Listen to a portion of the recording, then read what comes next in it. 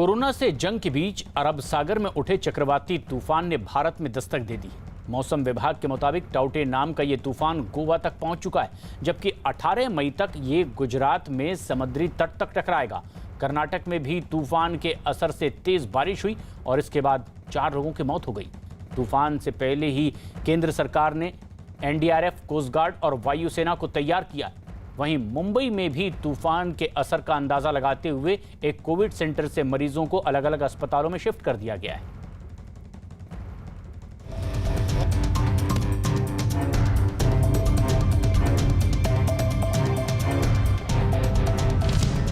Corona के बीच टाउटे तूफान की दस्तक। गांव पहुंचा चक्रवाती तूफान टाउटे। चक्रवाती तूफान के लिए तैयारियां तेज।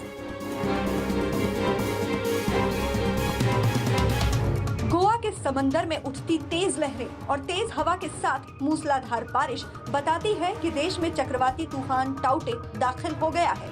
गोवा में दस्तक देते ही इसके असर से सड़कों पर कई पेड़ गिर गए, जिससे अंदाजा लगाया जा सकता है कि जब ये चक्रवाती तूफान पूरी ताकत से गुजरात और महाराष्ट्र से टकराएगा तो क्या हाल हो सकता है। यही वजह है कि गोवा में तूफान के आने से पहले ही बीच खाली करवा लिए गए और एनडीआरएफ की टीमें तैनात कर दी गई। इस वक्त हम खड़े हैं पणजी के मिरामार बीच पे और जैसा कि आप देख सकते हैं यहाँ पे तेज बारिश हो रही है।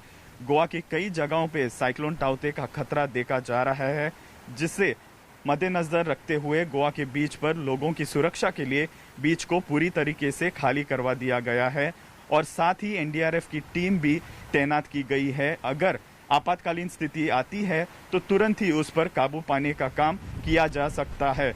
हवाई मार्ग से भी समुद्र के आसपास के इलाकों पर नजर रखा जा रहा है। साथ ही हम लोग देख रहे हैं कि लेफ्ट हैंड साइड जो मेरे हैं यहाँ पे लाइफ गार्ड भी खड़े हैं। अगर कोई आपातकालीन स्थिति आ जाती है तो यहाँ पे पूरी तरीके से सुरक्षा बढ़ा दी गई है। कर्नाटक में भी पिछले 24 घंटे में 6 से ज्यादा जिलों में भारी बारिश दर्ज की गई, जिसमें अब तक 4 लोगों की मौत होने का एसडीआरएफ ने दावा किया है, जबकि 73 गांव में नुकसान पहुंचने का दावा किया गया। उधर तूफान के मुंबई से टकराने की भी जानकारी मौसम विभाग ने जारी की है, जिसके बाद समंदर किनारे अलर्ट जारी कर दिया गया और खास प्रबंध किए गए हैं। साथ ही मछुआरों को 3 दिनों तक समंदर में नहीं जाने के आदेश दिए गए। अरबी समुद्र में उठे तूफान के बाद मुंबई हाई अलर्ट पे है।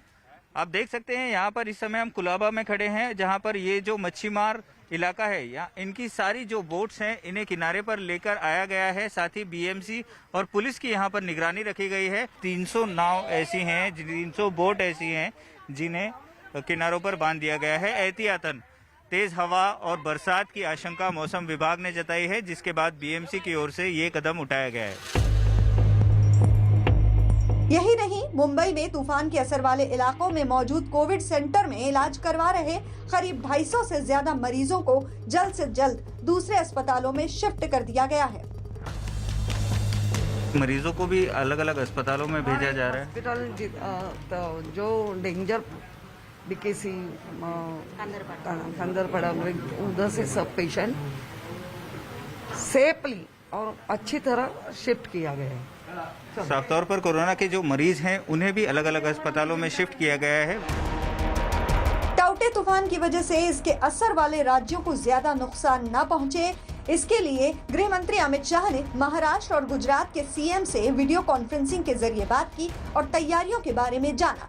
इससे पहले तूफान के खतरे को देखते हुए पीएम मोदी ने भी बैठक कर तूफान के असर वाले राज्यों में तैयारियों के बारे में जाना और राहत और बचाव के सभी इंतजाम समेत लोगों की सुरक्षा करने के निर्देश भी दिए। मौसम विभाग के मुताबिक अगले 3 दिनों में टाउटे तूफान का 5 राज्यों केरल, गोवा, गुजरात, महाराष्ट्र और कर्नाटक में असर होगा, जबकि 18 मई को ये गुजरात के पोरबंदर और भावनगर के बीच तट से टकराएगा। इस दौरान 160 किलोमीटर प्रति घंटा की रफ्तार से हवा चलेगी, जबकि गुजरात के सौराष्ट्र में सबसे ज्यादा असर होने की आशंका जताई गई है, जिसे देखते हुए गुजरात में एनडीआरएफ की 5 टीमें तैनात कर दी गई हैं। साथ ही मछुआरों के समंदर में जाने पर रोक लगा दी गई। ये वो इलाका है जहां सबसे ज़्यादा मुश्किलें खड़ी हो सकती है। इसके चलते प्रशासन ने पूरे एहतियात बरते हैं, सभी प्रकार की जो व्यवस्था है वो कर दी है। राजूला और जाफराबाद तहसील के लगभग 23 गांवों को अलर्ट पे रख दिया है और अगर लोगों को यहां से वहां ले जाने की नौबत आती है तो उसके लिए भी प्रशासन तैयार होने का दावा कर रहा है। चक्रवाती तूफान को देखते हुए सुरक्षा बल और वायुसेना ने भी कमान संभाल ली है। नौसेना और एनडीआरएफ की टीमें तूफान के असर वाले इलाकों में तैनात कर दी गई हैं, जबकि 16 विमानों और 18 हेलीकॉप्टर को किसी भी जरूरत के लिए तैयार रखा गया है। मुंबई के नगर निगम बीएमसी ने तूफान टाउटे से निपटने के लिए कई तैयारियां की है। तूफान पर नजर रखने के लिए एक खास कंट्रोल रूम तैयार किया गया है, जिसमें मुंबई के समुद्री किनारों पर सीसीटीवी के जरिए नजर रखी जा रही है। साथ ही साथ पानी जमा होने वाले जगहों पर भी निगरानी की जा रही है।